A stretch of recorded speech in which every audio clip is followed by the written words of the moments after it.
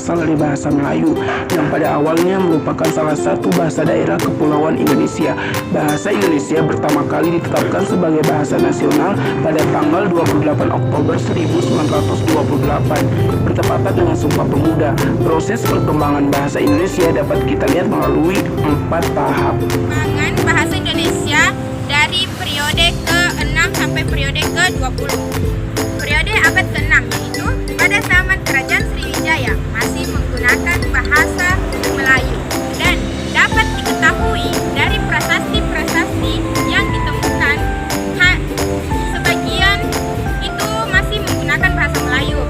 Dan pada periode abad ke-15 yaitu pada zaman Kerajaan Malaka dapat menggunakan bahasa Melayu yang telah dipengaruhi oleh angsur Islam yang dibawa oleh para pedagang dan saudagar-saudagar dari Persia, Gujarat, dan Masai. Serta pada periode abad ke-16 pada Kerajaan Johor menggunakan bahasa Melayu untuk menulis. Kesusastraan Melayu pada tahun 1600 POJ mendirikan sekolah dengan bahasa Melayu sebagai bahasa pengantar. Pada periode abad ke-19 merupakan masa pujangga Abdullah bin Abdul Qadir Munsi yang menulis hikayat dan syair dalam bahasa Melayu. Dan pada periode terakhir yaitu periode abad ke-20 merupakan perkembangan bahasa Melayu dari bahasa Melayu menuju ke bahasa Indonesia.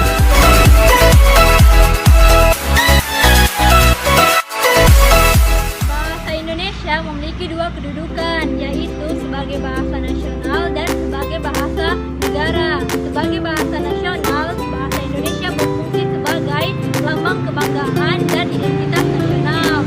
Bahasa pemersatu kita memiliki nilai sosial dan budaya yang harus dipertahankan dan direalisasikan di dalam kehidupan sehari-hari tanpa adanya rasa rendah diri, malu, dan acuan. Sebagai bahasa negara dalam hasil perumusan seminar politik bahasa nasional yang diselenggarakan di Jakarta pada tanggal 25 sampai 28 Februari 1975, dikemukakan di dalamnya bahwa kedudukannya sebagai bahasa negara.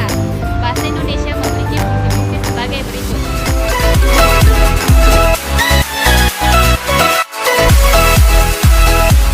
Secara umum, fungsi bahasa sebagai alat komunikasi lisan maupun tulisan. Santoso berpendapat bahwa bahasa sebagai alat komunikasi memiliki fungsi sebagai berikut: fungsi informasi, fungsi ekspresi diri, fungsi adaptasi dan integrasi, dan fungsi kontrol sosial. Bahasa Indonesia ialah bahasa yang terpenting di Indonesia. Pentingnya peranan bahasa Indonesia antara lain yang bersumber pada Ikrar Ketiga Sumpah Pemuda 1928 yang berbunyi, Kami putra-putri Indonesia menjunjung bahasa Persatuan Bahasa Indonesia. Pada Undang-Undang Dasar 1945 Pasal 15 Ayat 36 menyatakan bahwa bahasa negara ialah bahasa Indonesia. fungsi khusus bahasa Indonesia sebagai bahasa nasional mempunyai 3 macam. Pertama, bahasa resmi kewarganegaraan. Yang kedua, bahasa pengantar dalam dunia pendidikan. Yang ketiga, bahasa resmi untuk kepentingan perencanaan dan pelaksanaan pembangunan nasional serta kepentingan pemerintah. Berikut adalah video animasi mengenai sejarah, kedudukan, dan fungsi bahasa Indonesia.